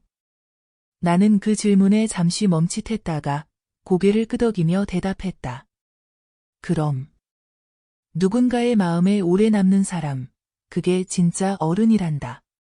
글 잘 쓰는 것도, 말 잘하는 것도 좋지만 내가 진심으로 누군가를 아끼면 넌 반드시 기억되는 사람이 될 거야. 그날 밤 나는 개편의 낡은 나무 상자를 조심스레 덮어 장롱 깊숙이 넣었다. 이제는 더는 자주 꺼내보지 않아도 됐다. 그 기억은 내 안에 살아있었고 나는 새로운 계절을 준비하고 있었다. 그리고 그 계절 속에는 윤화가 있었고 세웅이 있었고 무엇보다 나 자신이 있었다. 매화나무에는 이른 꽃눈이 다시 맺히기 위해 시작했고 바람은 아직 차가웠지만 그 속엔 분명 봄이 들어 있었다. 나는 마루에 앉아 붓을 들어 다음 장의 첫 문장을 써 내려가기 위해 시작했다. 내 이야기는 이제 그들의 이야기이기도 했다. 그해 겨울은 예년보다도 더디게 찾아왔다. 아침 저녁으로 찬 기운은 있었으나 눈은 내리지 않았고 매서운 바람도 봉화산 너머에서 머뭇거리기만 했다. 교통사고는 말하길 이런 겨울은 긴 봄을 예고하는 법이라고 했다.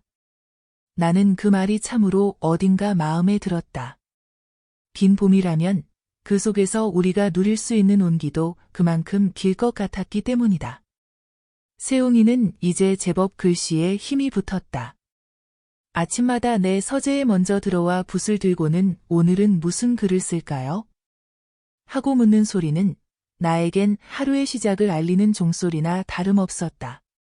나는 그가 자연스럽게 내 곁에서 배우고 자라는 것이 마냥 신기했고 어느 순간부터는 그 아이의 하루가 곧 나의 하루가 되어가고 있었다. 하루는 교통사고가 내게 작은 함 하나를 건넸다. 붉은 나무로 만든 얕은 뚜껑의 함이었는데 겉면에는 내가 쓴 시조 한 수가 곱게 새겨져 있었다. 나는 눈을 크게 떴다. 그것은 내가 몇 달 전 세웅에게 첫 번째로 가르쳐준 시였고 교통사고는 그것을 정성껏 자수로 수놓아서 함에 새긴 것이었다. 세웅이 방 책상 위에 놓아주려고 만들었어요. 도련님이 써주신 첫 시를 기억하게 하려고요. 나는 그 말을 듣고는 가만히 그녀를 바라보았다. 그녀는 눈을 피하지 않았고 오히려 담담한 눈빛으로 나를 바라보았다. 그 속엔 이제야 완전히 안정을 되찾은 아내의 마음이 고스란히 담겨 있었다. 우리는 서로에게 너무 많은 시간을 빚지고 있었지만 그 빚을 갚으려 애쓰기보다는 이렇게 소소한 정성으로 하루를 채워가기로 한 것이었다. 며칠 뒤 마을 어귀에 사는 김봉주 영감이 우리 집을 찾아왔다. 봉주 영감은 고을에서 서책과 문서 정리를 도맡아 하던 분으로 그를 아는 사람들 사이에서는 꽤 이름이 알려져 있었다. 그는 평생 독신으로 살며 외골 같은 성정으로 소문이 자자했는데 그날은 유독 얼굴이 밝았다. 안도련, 이번에 고을에서 큰 편찬 일이 생겼소. 고을 문집이라 하여 이 지역에서 있었던 인물들, 유서 깊은 집안들, 선비들의 시와 문장을 모아 편찬하자는 것이오. 자네도 이름을 올리게 될 것이야. 나는 그 말을 듣고 순간 멈칫했다. 문집이라니. 나의 이름이 내 글이 기록으로 남겨진다는 것은 단순한 일이 아니었다. 그리고 동시에 한 사람이 남긴 삶의 궤적이 이제는 누군가의 눈에 보이게 된다는 의미이기도 했다. 봉주 영감은 내 대답을 듣지 않고 곧장 말을 이었다. 자네가 써내려간 시조 몇 수, 내가 이미 봤소. 그중 고요한 새벽의 핀 매화라는 시는 특히 좋았지. 그 글에는 삶을 견뎌온 사람만이 쓸 수 있는 절제가 있더이다. 잔이 삶이 녹아있는 글이었소. 나는 아무 말도 하지 못했다. 그 시는 개편을 묻은 다음날 새벽, 교통사고가 다려준 차를 마시며 조용히 써내려간 글이었다. 그 누구를 위한 것도 아니고 어떤 목적도 없이 그저 마음속 깊은 물결을 따라 적은 글이었다. 그날 밤 나는 서재로 돌아와 그 시를 다시 펼쳐보았다. 고요한 새벽엔 피는 꽃도 났다. 바람보다 먼저 오는 매화의 향기. 어디로 가는가, 그대의 그림자. 나는 천천히 그 글을 소리내어 읽었다. 그러고는 붓을 들어 다시 새로운 시를 썼다. 이번에는 교통사고를 위한 것이었다. 내 삶을 다시 살아가게 해준 사람, 내가 눈을 뜨는 아침마다 곁에 있어주는 사람, 그 고마움을 담기엔 글이 짧을 수밖에 없었지만 그것은 내 진심이었다. 다음 날 아침, 나는 그 시를 접어 교통사고의 바느질 상자 위에 올려두었다. 아무 말 없이, 조용히. 그날 오후, 교통사고는 아무 말도 하지 않았지만 저녁상에 평소보다 더 정성스러운 나물 반찬이 놓여 있었다. 그녀는 여전히 말이 없었지만 나는 그 반찬 하나하나에 담긴 마음을 읽을 수 있었다. 며칠 후, 세웅이 내게 한 권의 책을 내밀었다. 자기가 쓴 글들을 모은 작은 필첩이었다. 그 안에는 시조 흉내도 있었고 짧은 이야기들도 있었는데 마지막 장엔 이렇게 적혀 있었다. 내 이름이 불릴 때마다 도련님처럼 되고 싶습니다. 나는 눈물이 핑 돌았다. 한 아이의 마음이 이렇게 순하게 나를 향해 열려 있다는 것이 기적처럼 느껴졌다. 나는 그 필첩을 품에 안고 세웅을 꼭 끌어안았다. 너는 이미 나보다 훨씬 좋은 사람이 될 거란다. 그날 밤 바람이 불었다. 봉화산 능선 너머로 바람이 지나가며 매화 가지를 흔들었고 바람 사이로 들려오는 듯한 목소리가 있었다. 개편의 것이었는지 내 안의 것이었는지 알 수 없었다. 다만 그 속삭임처럼 느껴진 한마디가 오래도록 마음에 맴돌았다. 이제는 그대를 안심하고 보낼 수 있어요. 나는 눈을 감았다. 그리고 조용히 고개를 끄덕였다. 이제는 정말 괜찮다고, 내 안에서도 긴 겨울이 끝났노라고. 그렇게 또 하나의 계절이 나의 마음을 지나가고 있었다. 겨울이 깊어져 가면서 매일 아침마당에 쌓이는 서리가 점점 두터워졌다. 매화나무의 가지에도 서린 물기가 얼어붙어 햇살이 들기 전까진 은빛 실루엣으로 남아 있었다. 새벽녘, 찬 기운에 어깨를 움츠리며 부엌 쪽을 나서면 교통사고는 어느새 불을 지펴놓고 나를 기다리고 있었다. 그녀의 뒷모습은 이제 더 이상 말하지 않아도 내 하루의 시작을 알려주는 풍경이 되었다. 며칠 전 훈장댁에서 기별이 왔다. 세은이의 친아버지라 자처하는 사내가 나타났다는 것이다. 나는 그 이야기를 듣고도 쉽게 믿기지 않았다. 아이가 우리 집에 들어온 지 1년이 다 되어 가도록 그 누구도 그 아이를 찾지 않았고 세은이 자신도 부모에 대한 언급을 거의 하지 않았다. 혹시나 하는 마음에 교통사고와 함께 훈장댁을 찾았다. 그곳엔 누더기 중에도 비교적 멀끔한 도포를 걸친 중년 사내가 앉아 있었다. 이름은 박천수라 했고 성남 부근의 몰락한 양반가 출신이라 했다. 사내의 눈빛은 뭔가 계산적인 것이 섞여 있었고 말끔하다, 혈육이라는 말을 반복했다. 그는 세훈이의 어미가 세상을 뜬 후 집안이 기울어 아이를 뿔뿔이 흩어놓을 수밖에 없었노라 했다. 나는 아무 말 없이 그의 얼굴을 오래 바라보았다. 그러자 사내는 조용히 덧붙였다. 이제라도 데려가 정을 붙이고 다시 집안을 세워보려 하오. 그간 키워주신 은혜는 절대 잊지 않겠습니다. 내 안에서 뭔가 서늘한 기운이 올라왔다. 나는 조용히 물었다. 그 아이가 돌아가고 싶다고 말했습니까? 사내는 당황한 듯 고개를 흔들었다. 아직은 말할 기회가 없었습니다. 아이가 날 보면 곧 알아보겠지요. 나는 곧장 집으로 돌아와 세웅이를 불렀다. 아이는 내가 평소와 다른 표정을 짓자 조용히 나를 바라보았다. 나는 천천히 앉으며 말했다. 세웅아, 너를 찾는다는 분이 왔다. 내 친아버지라고 하더구나. 세웅이의 눈빛이 순간 흔들렸다. 그러나 곧 고개를 저으며 조용히 말했다.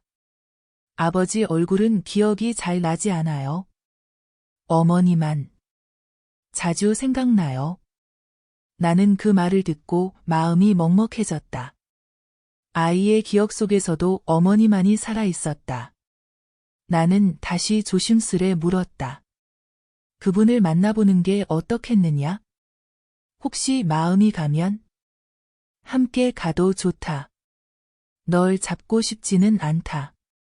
세웅이는 잠시 말이 없더니 이내 고개를 숙이며 말했다. 여기가 좋아요. 교통사고 아주머니가 해주는 밥이 좋고 도련님하고 글 쓰는 시간도 좋아요. 밤에 들리는 바람 소리까지 다 좋아요. 그 말에 나는 그 아이를 꼭 안아주었다. 말없이 오래도록. 그리고 다음 날 다시 훈장댁을 찾아가 사내에게 말했다. 그 아이는 여길 떠나지 않겠다고 합니다. 더 이상 아이 앞에 나타나지 마십시오. 사내는 뭔가 더 말하려다 내가 단호히 바라보자 입을 다물고 조용히 떠났다. 그날 저녁 교통사고는 평소보다 말이 적었다. 그러나 식사 준비를 하던 그녀의 손길이 아주 고요하고 정갈했다. 나는 조용히 말했다. 그 아이를 지켜줘서 고맙소. 교통사고는 고개를 들고 내 눈을 바라보며 말했다. 그 아이가 우리에게 온 게 아니라 우리가 그 아이에게 간 거겠지요. 나는 그 말이 참 오래 마음에 남았다.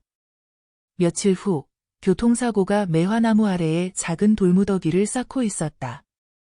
나는 무슨 일인가 물었다. 그녀는 수줍게 웃으며 말했다. 세웅이와 매일 아침 이 자리에서 짧은 기도를 올려요. 아이는 자기 이름 대신 이 집 이름으로 불러달라고 하더군요. 나는 깜짝 놀랐다. 이 집 이름이 뭐였지요? 교통사고는 부드럽게 대답했다. 용계천이요. 용이 머무는 맑은 집이라는 뜻이래요. 도련님 증조부께서 지으셨다고요. 그 이름을 듣는 순간 가슴 한편이 따뜻하게 데워졌다. 나는 오래된 서책에서 그 이름을 본 적이 있었고 당시엔 한낱 장식처럼만 느껴졌던 이름이 이제야 살아 움직이는 듯했다. 그날 밤 나는 교통사고와 함께 마당에 나섰다. 달빛이 매화나무 가지를 타고 내려와 조용히 마당을 감쌌다. 나는 매화나무 아래에 서서 오래도록 하늘을 올려다보았다. 교통사고가 옆에서 말했다. 세웅이가 말하길 자신도 도련님처럼 시를 쓰고 싶다 하더군요. 혼자 몰래 일기를 쓰기 시작했답니다. 나는 미소를 지으며 대답했다. 그럼 그 아이의 글도 이 집 대청마루에 걸릴 날이 오겠지요. 교통사고는 조용히 내 손을 잡았다. 그리고 말했다. 이 집, 이제는 꽤 따뜻해졌지요? 나는 고개를 끄덕였다. 그렇소. 아주 오랜 겨울을 지나 드디어 따뜻한 봄이 온 듯하오. 그 순간 매화 한 송이가 가지 끝에서 터졌다. 작고 고운 꽃잎이 바람에 흔들리며 떨어졌다. 우리는 그 아래에 서 있었다. 말없이, 그러나 같은 마음으로. 내 삶은 다시 흘러가기 위해 시작했다. 이 집엔 이름이 생겼고, 아이가 자라고 있었고, 아내의 미소가 늘 있었다. 어떤 봄날보다 단단한 겨울 끝자락이었다. 그해 겨울, 서울에 첫눈이 내리던 날이었다. 봉화산 자락 아래 조용히 자리 잡은 용계천에도 하얀 눈발이 소리 없이 내려앉았다. 마당의 매화나무 가지 위로 소복이 쌓이는 눈을 바라보며 나는 차 한 잔을 앞에 두고 앉아 있었다. 교통사고는 부엌에서 따뜻한 약차를 끓이고 있었고 세웅이는 서재에서 붓글씨를 연습하고 있었다. 이제는 우리 셋이 나란히 살아가는 풍경이 당연한 듯 하루하루를 채우고 있었다. 내게는 다시는 열리지 않을 줄 알았던 문이 조금씩 열려 있었고 그 안으로 따스한 온기가 스며들고 있었다. 누군가를 품는다는 것은 그만큼 나 자신도 품어야 한다는 것임을 나는 늦게야 알게 되었고 그것이 삶을 살아내는 방식임을 이제야 배워가고 있었다. 눈은 그날 하루 종일 내렸다. 마당의 석등이 반쯤 눈에 잠길 즈음 교통사고가 마른 옷을 챙겨 안 채로 들어왔다. 그녀는 조용히 내 옆에 앉아 눈발을 바라보며 말했다. 도련님, 이 눈이 그치면 봄이 조금 더 가까워질까요? 나는 웃으며 고개를 끄덕였다. 그럴 걸세. 눈은 늘 봄을 몰고 오지. 우리는 둘 다 말없이 눈을 바라보았다. 그 흰 침묵 속에 지난 시간이 조용히 스며들었다. 대련과의 이별, 교통사고와의 긴 기다림, 세웅이의 등장, 그 모든 시간이 마치 눈발처럼 하나씩 내려앉아 우리 삶의 토대를 덮고 있는 듯했다. 그날 저녁, 세웅이의 방에서 환한 웃음소리가 새어나왔다. 나는 조용히 문을 열고 들어갔다. 아이는 자신이 직접 엮은 작은 시럽을 펼쳐 보이며 말했다. 도련님, 이건 제가 쓴 시예요. 오늘 같은 날을 생각하며 써봤어요. 나는 그의 글을 천천히 읽었다. 거기에는 10살 남짓한 아이의 순수한 눈으로 바라본 겨울의 풍경과 그 속에 담긴 사람들에 대한 고마움이 고스란히 녹아 있었다. 나는 그 아이의 글 속에서 처음으로 우리라는 말이 쓰인 구절을 보았다. 우리 집 마당엔 눈이 온다. 매화나무 가지 위 하얀 손길. 도련님과 교통사고 아주머니. 그 속에서 나는 배운다. 사람의 따뜻함을. 나는 그 자리에서 아이를 꼭 안아주었다. 교통사고도 방 안으로 들어와 우리 둘을 조용히 바라보았다. 그녀의 눈빛은 말하지 않아도 다 알 수 있는 온기를 품고 있었다. 며칠 뒤, 고을에서 한 통의 편지가 도착했다. 봉투 영감이 보내온 것으로 용계천의 글들이 고을 문집제 1권의 첫 장을 장식하게 되었다는 기별이었다. 그는 내게 이렇게 적어두었다. 안도련, 자네의 글은 결국 자네의 사람살이를 드러내더군. 거창한 사상이 없어도 사람의 마음을 담은 글은 오래 남는 법이요. 그게 진정한 유산이지. 나는 그 편지를 조용히 접어 서책 한쪽에 꽂았다. 유산이라 나는 한동안 그 말의 뜻을 되새겼다. 내게 남은 유산이 있다면 그것은 아마도 함께 살아온 날들의 온기와 세웅이의 마음에 심어진 작은 울림일 것이다. 봄이 오는 길목에서 교통사고는 다시 매화주를 빚기 위해 시작했다. 해마다 해오던 일이라지만 올해는 유독 손길이 정갈해 보였다. 그녀는 매화꽃이 피기 전 가장 깊은 밤에 술을 빚으면 그 술이 가장 향기롭다고 말했다. 나는 그녀의 뒤에서 조용히 지켜보았다. 등불 아래 그녀의 손끝은 마치 하나의 시처럼 움직이고 있었다. 밤이 깊어지고 바람이 점점 잦아들 즈음 나는 정자에 올라 한참을 앉아 있었다. 하늘엔 별이 총총했고 발밑엔 눈이 조금씩 녹고 있었다. 나는 이 모든 순간이 그저 지나가는 것이 아니라 남는 것임을 느꼈다. 그리고 나 자신도 누군가의 삶에 작은 흔적으로 남는다는 것에 처음으로 감사함을 느꼈다. 그날 새벽, 나는 꿈을 꾸었다. 꿈속에서 나는 매화가 흐드러지게 핀 숲속을 걷고 있었다. 그 길끝엔 누군가가 서 있었다. 멀리서도 나는 그 사람이 누구인지 알 수 있었다. 개편이었다. 그녀는 말없이 웃고 있었고 나는 한참 동안 아무 말도 하지 못했다. 그리고 그녀가 말했다. 이제는 되었어요. 그 아이를 잘 키워줘요.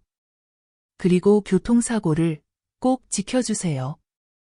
나는 고개를 끄덕였고 그녀는 빙긋 웃더니 매화숲 속으로 사라졌다. 나는 꿈에서 깨어 한참 동안 눈을 감고 누워 있었다. 그리고 처음으로 개편을 보내는 것이 슬프지 않았다. 그해 봄, 매화는 어느 해보다도 풍성하게 피었다. 집안은 은은한 향으로 가득했고 마당에서 교통사고는 술독을 정리하고 있었다. 세웅이는 정자에 앉아 책을 읽고 있었고 나는 대청마루에 앉아 그 둘을 바라보고 있었다. 삶이란 결국 이렇게 이어지는 것일지도 모른다.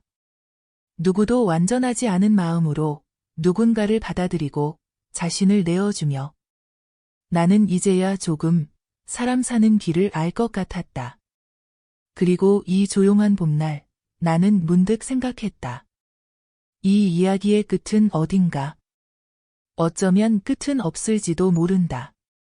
끝은 매화가 다시 피고 아이가 자라고 교통사고의 손끝에서 또 한 해의 술이 익어가는 그 순간들 속에 퍼져 있을 것이다. 나는 천천히 붓을 들고 한 줄을 적었다. 어느 봄날의 기억이여 오래도록 이 집을 감싸주소서. 그 글을 쓰고 나니 마음이 조용해졌다. 어쩌면 이 이야기는 이제야 비로소 시작되는 것일지도 모른다.